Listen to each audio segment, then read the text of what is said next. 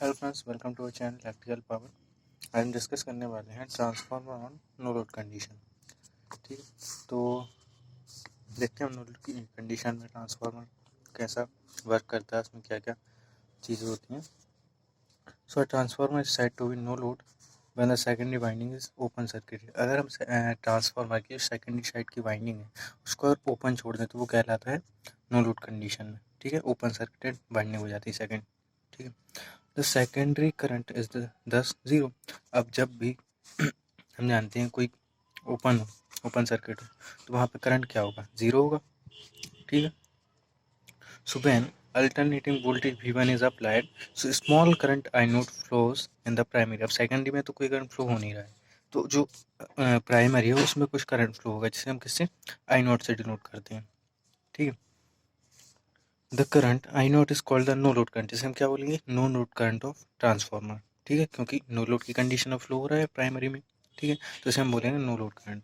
It is made up of two component, ये दो components में करता है। आई में जो मैग्नेटाइजिंग कंपोनेंट होता है वो IW जो वर्किंग कंपोनेंट होता है। ठीक है, IW supply two type of losses, जो IW होता है वर्किंग कंपोनेंट होता है, आई में क्या करें मैग्नेटाइजिंग कंपोनेंट होता है। ठीक है, और जो IW है वो दो टाइप के में लॉसेस देता है, एक तो hysteresis loss and eddy current losses. ठीक है, in the core and the negligible I square R loss in the primary winding. ठीक है, तो इसमें क्या होता है जब ओपन सर्किटेड होता है ना, तो इसमें क्या करते हैं अपन, जैसे ही अल्टरनेटिंग वोल्टेज V1 अप्लाई करेंगे तो उसकी वजह से क्या होगा, सेकेंडरी में तो कोई करंट फ्लो होगा नहीं। ठीक है, वहाँ पर करंट क्या होगा, जीरो होगा इस वजह से। ठीक है, लेकिन जो प्राइमरी में उसमें कुछ मात्रा में करंट फ्लो होता है। ठीक है, तो वो क्या होता है I नोट करंट बोलते हैं, जिसे अपन नो लोड करंट भी बोलेंगे। ठीक है, तो इसमें जो दो टाइप के वर्किंग कंपोनेंट लगे होते हैं। ठीक है, जैसे कि यहाँ देखो आई म्यू और IW। ठीक है, आई म्यू मैग्नेटाइजिंग कंपोनेंट और IW जो है वो क्या है, वर्किंग कंपोनेंट है। ठीक है, तो V1 अप्लाई किया, I नोट यहाँ से फ्लो हुआ प्राइमरी में, सेकेंडरी में कुछ भी I2 जीरो होगा और जो V2 है वो यहाँ पे वोल्टेज लेकिन आएगा। ठीक है, लेकिन ओपन सर्किट होने की वजह से करंट नहीं आएगा। ठीक है, तो I note small current flow हो रहा है। अब क्या हो रहा है, IW है जो, ये तो मैग्नेटाइजिंग कंपोनेंट है। ठीक है, IW जो है वो हमें दो टाइप की लॉसेस देगा, एक तो हिस्टैरिसीस लॉस और एक तो होगा एडी करंट लॉस। ठीक है, तो ये दो टाइप के हमें लॉसेस मिलेंगे। तो और इसमें हमें क्या कहते हैं, I स्क्वायर आर लॉस मिलता है जो नेग्लेजिबल होता है, मतलब बहुत कम मात्रा में होता है कॉपर लॉस। तो हम इसमें केवल आयरन लॉस बस देखते हैं। ठीक है, आयरन लॉस दो टाइप के हो जाते हैं, eddy current and hysteresis loss. ठीक है, तो component IW is called active component और wattful component of no load current. ठीक है, so it is in phase with applied voltage, ये क्या होता है, फेज में होता है अप्लाइड वोल्टेज। ठीक है, the no load current I naught is small of the order of 3 to 5% of rated current of the primary. ठीक है, जो I नोट होता है वो क्या होता है, रेटेड करंट जो होता है उससे 3 to 5%, ठीक है, स्मॉल होता है। ठीक है, रेटेड करंट के प्राइमरी के। ठीक है, तो ये क्या होता है, on no load condition iron loss will be more than copper loss. क्या होता है, आयरन लॉस ज़्यादा होता है।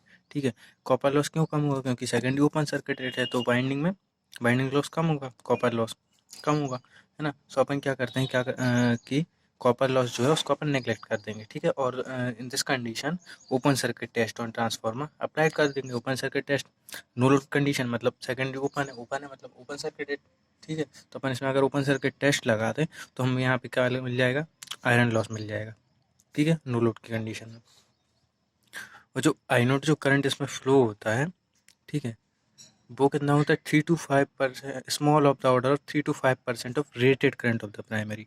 ठीक है, अब हम देखते हैं relation between I note and IW के बीच क्या आता है। ठीक है, तो I नोट क्या है, 3 to 5% of rated current and IW क्या है, वेरी स्मॉल है कम्पेयर टू I नोट से। ठीक है, क्योंकि I नोट की वजह से ही I म्यू और IW है, तो क्या होगा, I नोट बड़ा होगा IW से। ठीक है, लेकिन I1 जो है, जो अपन करंट लेते हैं, जो करंट है I1 है ना, मेन करंट, वो क्या कहता है, अप्रॉक्सीमेटली I नोट उसके इक्वल होता है। ठीक है, क्योंकि नो लोड की कंडीशन है ना, तो I naught is equal to क्या है, 3 to 5% ऑफ I1 है, रेटेड करंट हो गया I1। ठीक है, तो I1 का कितना है, 3 to 5% है, तो I naught is equal to क्या है, नो लोड करंट, तो I1 क्या है, रेटेड करंट। ठीक है, तो जो I नोट है वो दो टाइप के दो चीज़ों में काम आएगा, एक तो I म्यू बनाएगा वो और IW बनाएगा। ठीक है, तो I म्यू जो है वो क्या करेगा, मैग्नेटाइजिंग कंपोनेंट है तो फ्लक्स बनाएगा, और IW है उसकी वजह से दो टाइप के लॉसेस हो जाएंगे हमारे, AD current and hysteresis loss. ठीक है, तो ये रिलेशन था इन दोनों के बीच। इक्विवेलेंट सर्किट अगर हम देखें इसका, तो बहुत ही ईजी है। सबसे पहले हमने ये इक्विवेलेंट सर्किट बनाया ट्रांसफार्मर का, ठीक है। उसके बाद हमने क्या किया, V1 अप्लाई किया। अब सेकंड नो लोड की कंडीशन में अपन देख रहे हैं, है ना। तो नो लोड में क्या होता है, सेकेंडरी ओपन होगी, ठीक है। सेकेंडरी ओपन होगी तो यहाँ पे वोल्टेज तो आएगा, लेकिन क्या होगा, करंट नहीं होगा, क्योंकि ओपन सर्किट में करंट नहीं होता है, ठीक है। तो यहाँ से अपन ने V1 अप्लाई किया, तो I1 की जगह यहाँ पे main current, rated current I1 होगा, ठीक है। लेकिन यहाँ पे जाएगा क्या, ओपन सर्किटेड है ना। तो प्राइमरी में अकेला कुछ करंट जाएगा, सेकेंडरी में तो जाएगा नहीं, तो I0 जाएगा, ठीक। I0 यहाँ से आया तो I0 क्या होगा, आई म्यू और आई डब्ल्यू इन दोनों में चला गया, ठीक है। तो आई म्यू क्या करेगा, फ्लक्स बनाएगा, मैग्नेटाइजिंग कंपोनेंट है, ठीक है। और आई डब्ल्यू जो है वर्किंग कंपोनेंट है। तो उसकी वजह से दो लॉसेस होंगे, हिस्टैरिसीस एंड एडी करंट, ठीक है। यहाँ से E1 इंड्यूस्ड होगा, E2 इंड्यूस्ड होगा, V2 आएगा, लेकिन कोई करंट नहीं मिलेगा नो लोड की कंडीशन में, ठीक है। तो ये होगा नो लोड का इक्विवेलेंट सर्किट। अब अपन अगर सर्किट से देखें तो from the equivalent circuit V1 is equal to क्या हो जाएगा, V इज इक्वल टू क्या होता है, आई आर। इसमें क्या है, I W into R naught, R है, आर के प्लेस पे आर नोट, और करंट क्या है, I W. So V1 is equal to I W into R naught. और यहाँ से अगर अपन V1 निकाला तो V1 इज इक्वल टू क्या हो जाएगा, आई म्यू इंटू एक्स नोट, ठीक है। तो आई नोट क्या है, आई डब्ल्यू और आई म्यू कौन दोनों किसके हैं, आई नोट के हैं। तो अगर इन दोनों को प्लस करें तो आई नोट हो जाएगा। So I naught is equal to I mu plus I W. Now copper loss क्या होगा, सॉरी कोर लॉस क्या होगा, कोर लॉस जो होगा वो किसकी वजह से होगा, only working component I W की वजह से, ठीक है। तो लॉस क्या होता है, आई स्क्वायर आर, ठीक है। So I W square R naught हो जाएगा, इज इक्वल टू अपन इसको क्या लिख सकते हैं, V1 square upon are not लिख सकते हैं, ठीक है, यहाँ से, ठीक है। तो अब अपन अगर इसका फेजर डायग्राम बनाए, phasor diagram of transformer on no load condition, ठीक है। So for a transformer on no load we have phi is equal to क्या होता है, the flux at any instant is given by क्या होता है, phi is equal to phi M sine omega T. और E one is equal to M, equation अपन निकाल रहे थे जब, तो ई वन क्या आया था, ई वन एम, मतलब यहाँ पे क्या होगा, मैक्सिमम ई एम एफ है ये, sign omega T minus pi by two. और यहाँ पे ई टू के लिए निकालेंगे तो ई 2m sign omega T minus pi by two हो जाएगा, ठीक है। ये दो इक्वेशन आपके पास है। तो since E1 and E2 are induced by same flux, ठीक है, E1 और E2 है वो एक कॉमन फ्लक्स की वजह से इंड्यूस्ड हुए, ठीक है। तो वो क्या होंगे, there will be in phase, ठीक है, एक ही फेस में होंगे with each other, but E2 differs in magnitude, ठीक है, E1, E2 क्या होगा, मैग्नीट्यूड में बस डिफर होगा E1 से, because E2 is equal to अपन अगर निकालें तो E1 अपॉन ए, मतलब प्राइमरी को सेकेंडरी साइड अपन ने रेफर किया, है ना। तो E2 अपन क्या लिख सकते हैं, E1 अपॉन ए लिख सकते हैं। तो E2 is equal to E1 into A को अपन क्या लिख सकते हैं, N1 upon N2, transformation ratio से N2 पर जाएगा तो क्या हो जाएगा, N2 अपन N1, तो E1 इंटू N2 अपन N1, ठीक है। अब इसका अगर फेजर डायग्राम देखें तो हम क्या करें, सबसे पहले रेफरेंस में क्या लेंगे, फाई हम, ठीक है।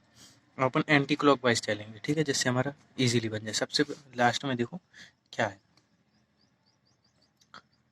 E2, है ना, करंट तो है नहीं है, तो अपने E2 लेंगे, और E2 जो है वो V2 के बराबर होगा, ठीक है, नो लोड की कंडीशन है क्योंकि, तो एक ही फेज में होंगे।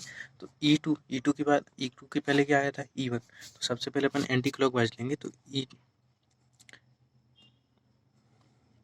E2 और E1 क्या होगा, इसी के साथ फेज में होगा, तो E1 क्योंकि सेम फ्लक्स की वजह से डेवलप हुए। उसके पहले क्या आए थे, ये दोनों बने किससे थे, फ्लक्स से, तो फाई एम, ठीक है। फाई एम किससे बना था, आई म्यू से, आई म्यू इसके फेज में होगा, है ना, क्योंकि ये मैग्नेटाइजिंग कंपोनेंट है, इसकी वजह से फ्लक्स बना रहा, तो ये इसके साथ फेस में होगा, तो यहाँ पे आई म्यू। अब आई म्यू कहाँ से आया था, आई म्यू यहाँ पे, ठीक है, आई म्यू जो है और आई डब्ल्यू था, ठीक है। तो आई म्यू और आई डब्ल्यू क्या रहेगा, 90 डिग्री, ठीक है। अब आई म्यू और आई नोट किससे बने, आई म्यू और आई डब्ल्यू किससे बने थे, आई नोट से, तो ये हो गया अपना आई नोट बीच में आ जाएगा दोनों के, इन दोनों को मिला देंगे। और सबसे पहले आया क्या था, V1 था, तो यहाँ पे V1।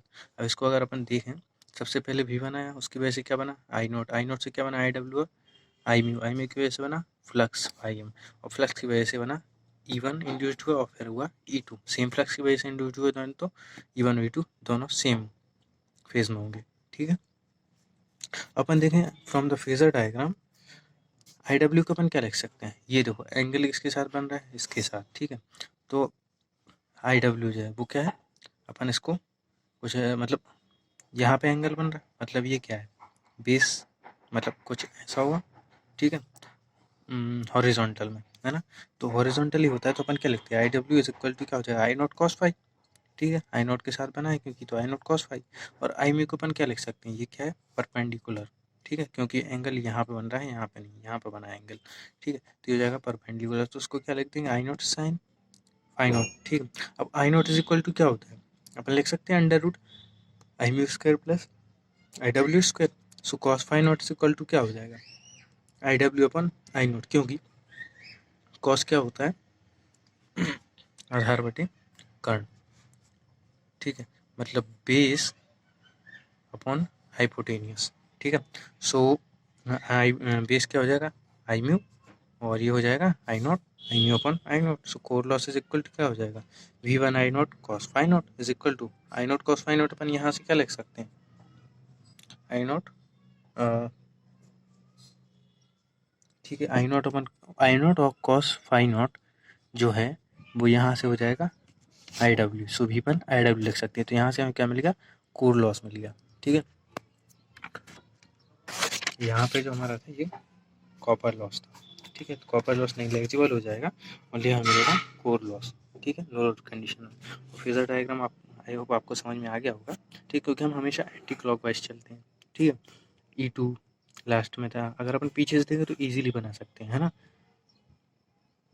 क्योंकि अपने पास ये क्या है, इंडक्टिव होता है ना, इंडक्टिव होता है, तो इसकी वजह से क्या करता है, करंट जो है हमेशा लैग करता है, ठीक है।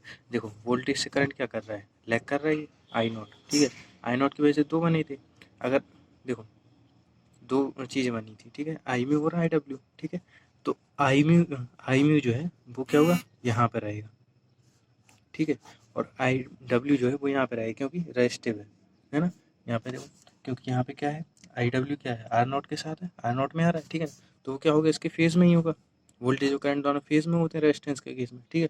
लेकिन जो इंडक्टेंस है, ठीक है, यहाँ पे इंडक्टेंस होगा जो, उसकी वजह से क्या होगा, ये जो है उसके केस में क्या होता है, वोल्टेज से 90 डिग्री पीछे चलता है करंट, तो होगा 90 डिग्री पीछे, और आई नॉट जो है वो लैग कर रहा होगा कुछ डिग्री पे, क्योंकि इंडक्टिव है तो लैग हो जाएगा ये, ठीक है। यहाँ से क्या होगा, फाइव एम डेवलप होगा किसकी वजह से, आई म्यू की वजह से, तो आई म्यू क्या होगा, फेस में होगा, ठीक है, फेस में होगा। इसके बाद क्या डेवलप होगा, फाइव की वजह से E1, E2 E1 क्या कर रहा होगा, अब यहाँ पे क्या होगा, E1 डेवलप होगा, तो E1 किसकी वजह से डेवलप होगा, फाइव की वजह से, तो ये क्या होगा, इसके पीछे होगा, ठीक है। अब E1 आया, E1 की वजह से क्या डेवलप होगा, E2 आया, लेकिन ये दोनों क्या होगा, सेम फ्लक्स की वजह से डेवलप हुआ है ना, तो इसकी वजह से क्या होगा, ये दोनों सेम फेज में रहेंगे। अगर I2 और आया होता तो I2 क्या होता, अगर लोड की कंडीशन होता तो I2 भी क्या कर रहा होता, लैग कर रहा होता कुछ डिग्री पे, ठीक है। तो ये था हमारा transformer on no load condition में, ठीक है। आई होप आपको समझ में आ गया होगा, ठीक है। नेक्स्ट वीडियो में हम डिस्कस करेंगे ट्रांसफार्मर ऑन प्रैक्टिकल ट्रांसफार्मर के बारे में, है ना। ये तो हमारा होगा नो लोड, ठीक है। प्रैक्टिकल ट्रांसफार्मर क्या होता है और लोडेड कंडीशन क्या होती है, ठीक है, तो उसके बारे में डिस्कस करेंगे, ठीक है friends. Thank you. If you like this video please like share and subscribe our channel.